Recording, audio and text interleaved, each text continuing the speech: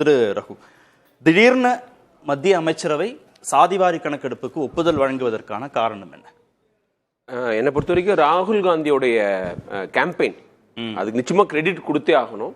இன்னைக்கு வந்து இந்தியா முழுவதும் சாதிவாரி கணக்கெடுப்பின் அவசியத்தை தொடர்ந்து வலியுறுத்தி வந்தது ராகுல் காந்தி தான்.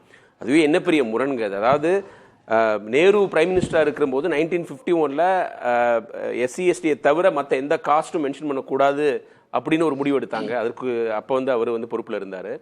மண்டல் கமிஷன் 78 ஃபார்ம் பண்ணதுக்கு அப்புறம் அதை இம்ப்ளிமெண்ட் பண்ணாமல் கிடப்பில் போட்டது இந்திரா காந்தியும் ராஜீவ் காந்தியும். அவங்களுடைய வழியில் வந்த ராகுல் காந்தி இப்போ அதனுடைய அவசியத்தை வலியுறுத்திட்டே இருந்ததுனால பிஜேபி செஞ்சிருக்கு தான் நான் நினைக்கிறேன். ஏன்னா அவங்க 2021 எடுக்கிற பிளான்ல இல்லை. உங்களுக்கு கோவிட்னால அதை எடுக்க முடியல. இருந்தாலும் அவங்க அந்த திட்டம் கிடையாது. ஏன்னா அது இந்து சமுதாயத்தை பிரிச்சிரும் அல்லது அவங்களுக்கு பொலிட்டிக்கல் கெயின்ஸ் கிடைக்காது அப்படின்னு நினைச்சாங்க. ஸோ ராகுல் காந்திக்கு நிச்சயமா ஒரு வெற்றி தான். அது ஒரு பேசு பொருள் ஆக்குனார். ராகுல் காந்தி சொல்லி மத்திய அமைச்சரவை ஒப்புதல் கொடுத்து மத்திய அரசு செய்ய போதா? வேற ஏதோ ஒரு காரணம் இருக்கும். இப்போ எல்லோரும் பேசுறாங்க. தமிழ்நாட்டில இருந்து குரல் ஒழிச்சது, முதல்வர் பிரதமருக்கு கடிதம் எழுதினாரு, பீகார்ல இருந்து வலியுறுத்தல் போச்சு, இது மாதிரி பல மாநிலங்கள்ல இருந்தது. ஆனா திடீர்னு இந்த முடிவுக்கு வருவதற்கான ராகுல் காந்தி சொன்னதுனால நாங்க செஞ்சோம் சொல்லி ஒத்துக்க போறது இல்லை. பட் ஒவ்வொரு மாநிலத்திலும் அதற்கான குரல் எழும்புது இல்லையா? பீகார்ல எலெக்ஷன் வரப்போகுது இந்த வருஷம். அவங்க காஸ்ட் சென்சஸ் பண்ணி, அதாவது அது ஸ்டேட்டு செய்ய முடியும் நாங்க செய்வோம்னு செஞ்சு காமிச்சு அவங்க ரெசர்வேஷனை உயர்த்தி அது அப்புறம் அவங்களுடைய ஹைகோர்ட் ஸ்ட்ரைக் டவுன் பண்ணாங்க. இப்போ தெலங்கானாவில் ஒரு சர்வே எடுத்து அவங்க ரெசர்வேஷனை ரீகாலிபிரேட் பண்ணி ஓபிசி ரிசர்வேஷனை 42% ஆமா அதை உயர்த்தி இருக்கிறாங்க. அதுக்கப்புறம் அடுத்த இவங்க சென்ட்ரல் கவர்மெண்ட்டுடைய சென்சஸ்க்கு அப்புறம் இன்னும் உயர்த்துவோம்னு சொல்லியிருந்தாங்க அவங்க பாப்புலேஷனுக்கு தகுந்த மாதிரி. இப்போ கர்நாடகாவில் 2015 எடுத்தது ஒரு பேசு பொருளாக இருக்கு. ஸோ ஒவ்வொரு மாநிலத்திலையும் இந்த காஸ்ட் சென்சஸ்ங்கிறது ஒரு முக்கியமான டாப்பிக்காக இருக்கிறதுனால பிஜேபியும் வேற வழி இல்லாமல், ஏன்னா அவங்களுடைய கோர் பிரின்சிபிள் படி இது இந்து சமுதாயத்தை பிரித்து விடும் இந்த ரெசர்வேஷன்.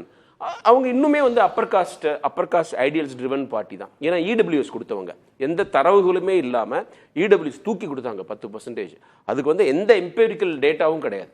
அதை கோர்ட்டு அக்செப்ட் பண்ணது அதை விட இன்னும் ஒரு துரதிருஷ்டம். ஸோ அப்படி இருக்கிற சூழ்நிலையில் இது ஒரு கட்டாயம் நான் நினைக்கிறேன். பல ஸ்டேட்ஸ்ல அந்த குரல்கள் வரதுனால அவங்க செய்ய வேண்டிய அவசியம் வந்துருச்சு. But it's not easy. நிச்சயமா நீங்க இது ஒரு ஹிஸ்டாரிக்கல் நெசசிட்டிங்க. 1931 அப்புறம் நீங்க காஸ்ட் சென்சஸ் எடுக்கவே இல்லை. அது எடுக்க வேண்டியது அவசியம். அதுதான் இன்க்ளூசிவ் growthக்கு உதவி செய்யும்.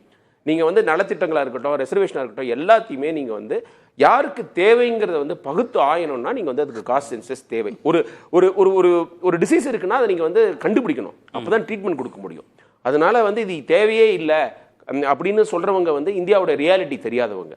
இப்போ கூட ஒரு டிவியில் ஒரு தனியார் தொலைக்காட்சியில் ஒரு நிகழ்ச்சியில் ஒரு பொண்ணு பேசுனது அவ்வளோ ஒரு எமோஷனலாக இருந்தது. அந்த பொண்ணோட பேட்டியில் அந்த பொண்ணு சொல்லுது, ஒரு ஹாஸ்பிட்டல் இருக்கும்போது ஒரு குழந்தைய தூக்க போயிருக்கு, அழுதுகிட்டு இருந்த குழந்தைய தூக்க போயிருக்கு, நீங்கள் எந்த ஆளுன்னு கேட்டிருக்காங்க. அழுத குழந்தைய சமாதானப்படுத்துறதுக்கு கூட ஒரு காஸ்ட் தேவைப்படுதுங்கிற ஒரு சூழ்நிலை இருக்கும்போது அது தேவையே கிடையாது, அது முக்கியமே கிடையாது அப்படின்னு சொல்றவங்கலாம் நாட்டினுடைய நிலைமை தெரியாதவங்க. ஒவ்வொருத்தருக்கும், அதாவது இந்த சாதினால் பாதிக்கப்படுற ஒவ்வொருத்தருக்கும் ஒவ்வொரு ஸ்டேஜ்லையும் அது ஒரு பிரச்சனையா இருக்குது. அதனால அதை நீங்க இந்த ரெசர்வேஷனுக்கு இந்த காஸ்ட் சென்சஸ் ரொம்ப அவசியம். அதை நீங்க ரீவிசிட் பண்ணணும். அது ஏற்கனவே தகுதியானவர்களுக்கு போயிட்டு இருக்கா அல்லது ஒரே குரூப் அதை மோனோபலைஸ் பண்றாங்களா, இது எல்லாத்தையும் நீங்க கண்டறிய வேண்டிய அவசியம் இருக்குது. என்ன பொலிட்டிக்கல் கெயின் பாஜகவுக்கு இது மூலமா? அவங்க ஒரு காலத்துல ஓபிசி வாக்குகள், SC/ST வாக்குகள் விழாம இருந்த கட்சி இப்ப அவங்க இந்த சோஷியல் இன்ஜினியரிங் மூலமா வாங்க ஆரம்பிச்சிட்டாங்க. அதற்கு காரணம் இப்ப ஓபிசி பிரிவிலேயே அதிகமா எண்ணிக்கையில இருந்து அவங்களுக்கு ரெசர்வேஷன் பெனிஃபிட்லாம் இல்லாதவங்களுக்கு இவங்க சீட்ஸ் கொடுக்குறாங்க. யூபியில் இப்போ மாயாவதி சார்ந்திருக்கிற பட்டியலினத்தை தவிர மற்றவங்களாம் இருக்காங்கல்ல, அவங்களுக்கு ரெப்ரசன்டேஷன் கொடுக்குறாங்க. அதே மாதிரி ஓபிசி பிரிவிலையும் செய்கிறாங்க. ஹரியானாவில் ஜாட் தான் அதிக எண்ணிக்கையில் இருக்கிறாங்க அப்படின்னு சொல்லிட்டு காங்கிரஸ் அவங்கள முன்னிலைப்படுத்துறது. இவங்க ஜாட்டை தவிர மற்ற ஜாதியினர் இருக்காங்க, ஜாட் அல்லாதவர்கள் எல்லாரையும் ஒருங்கிணைச்சு. ஆமா, ஏன்னா அவங்க ஜாட் பொலிட்டிக்கல் பவரை என்ஜாய் பண்ணிட்டு இருக்காங்க. இது வரைக்கும் ஓபிசி பிரிவினர் அங்க பொலிட்டிக்கல் பெனிஃபிட்ஸை ஹார்வெஸ்ட் பண்ணவே இல்லை. ஸோ அவங்களெல்லாம் ஒருங்கிணைக்க முடியுமான்னு ஒரு கேள்வி இருந்தது. ஜாட்டுங்கிறது ஒரு பெரிய குரூப், அவங்களை ஒருங்கிணைக்கிறது ஈஸி. அந்த ஈஸியர் ரூட்டை காங்கிரஸ் செஞ்சாங்க.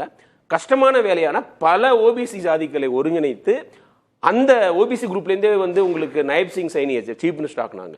இதெல்லாம் அவங்க கால்குலேட் பண்ணி பண்ற விஷயம். அதே மாதிரி ஒவ்வொரு மாநிலத்திலையும் நம்ம நினைச்சிட்டு இருப்போம் மராத்தாவை எதிர்த்தா வந்து நீங்க மகாராஷ்டிரால ஜெயிக்க முடியாது. அவங்க வந்து ஜெயிச்சு காமிச்சிட்டாங்க. மராட்டாலாம் வந்து இவங்க மேல ஒரு பெரிய கடுப்போட இருந்தாங்க. பட் அவங்க வந்து ஒரு எலக்ட்ரல் இன்ஜினியரிங் பண்ணி அவங்க அங்கேயும் வந்து ஸ்வீப் பண்ணியிருக்காங்க. மராட்டாவுக்கு எதிரானவர்களை போலரைஸ் பண்ண அவங்க அதை ரொம்ப கேர்ஃபுல்லா செய்யறாங்க. அது வந்து நீங்க அது இப்போ ஒவ்வொரு ஸ்டேட்டுக்கும் ஸ்பெசிபிக் ஸ்ட்ராட்டஜி வச்சிருக்காங்க. கர்நாடகால லிங்காயத் அண்ட் ஒக்காலிகாவை பகச்சிக்கிறது இல்லை. அங்க ஓபிசியை வந்து ரேலி பண்றது கஷ்டமா இருக்கு. அவங்க எல்லாம் வந்து சித்தராமையா பின்னாடி இருக்கிறாங்க. அவரும் ஓபிசி கம்யூனிட்டி சேர்ந்தவர். அவங்களுக்கு எல்லாம் தலைவராக அவர் அறியப்படுறாரு. அவருக்கு ஒரு கரிஷ்மா இருக்குது. அங்க வந்து என்ன பண்றாங்கன்னா மேஜர் கம்யூனிட்டிஸ் ரெண்டை வந்து கன்சாலிடேட் பண்ணா போதும் அப்படின்னு சொல்லிட்டு ஈகோ பார்க்காம பல வருடமா எதிர்த்துக்கிட்டு இருந்த தேவகவுடாவுடைய கட்சியும் ஒருங்கிணைக்கிறாங்க. ஏன்னா அவங்க ஒக்காலிகா பெல்ட்ல இவங்களால ஓல்டு மைசூர் ரீஜன்ல இவங்களால ஜெயிக்க முடியல. ஸோ அங்க வந்து இந்த மாதிரி இதுல வந்து தெலுங்கானால ஓபிசி கன்சாலிடேஷன் பண்றாங்க. ஓபிசி பிரிவை சேர்ந்த பாண்டி சஞ்சய் அவங்களுக்குலாம் ஸ்டேட் தலைவர் பதவி கொடுக்குறாங்க. அவங்களோட ஆஸ்பிரேஷன்ஸுக்கு இவங்க வந்து இது பண்றா உங்க இது நாங்க சப்போர்ட் பண்ணுவோம் அப்படின்றாங்க. பொலிட்டிக்கல் பவர் கொடுப்போம், ரிசர்வேஷன் அதிகமாக்கும்னு சொல்லிட்டு. அதனால தான் இப்போ தெலுங்கானால வந்து ஓபிசி ரிசர்வேஷனுக்கு வந்து எல்லா கட்சியினருமே ஆதரவு நிலைமை வந்திருக்கு. ஆனா எல்லா இடங்களையும் பிரச்சனையும் ஏற்படுத்தும். கர்நாடகால வந்து காங்கிரஸுக்குள்ளாரியே வந்து இந்த காஸ்ட் சர்வே ரிசல்ட்ஸை வெளில விடக்கூடாதுன்னு சொல்றாங்க. ஏன்னா லிங்காயத் அண்ட் ஒக்காலிகாவோட பாப்புலேஷன் கம்மியா இருக்குது. இவன் கடந்த ஆட்சி காலத்துல எடுத்தது 2000 சித்தராமையா வெளியே விடணும்ன்றாரு, சிவகுமார் வெளியே. அவருக்கு தான் பெரிய ரிலீஃப். நம்ம தமிழ்நாட்டை பத்தி பேசுறதுக்கு முன்னாடி அவருக்கு வந்து மிகப்பெரிய ஒரு ரிலீஃபா இருக்கும். ஏன்னா அவர் என்ன பண்றதுன்னு தெரியாம முடிச்சிட்டு இருந்தாரு. இப்ப என்ன சொல்லிடலாம்னா நீங்க யூனியன் கவர்மெண்ட் எடுக்கிற சென்சஸை பேஸ் பண்ணி நம்ம ரிசர்வேஷனை மாத்திக்கலாம்னு சொல்லி விட்டுருவாரு.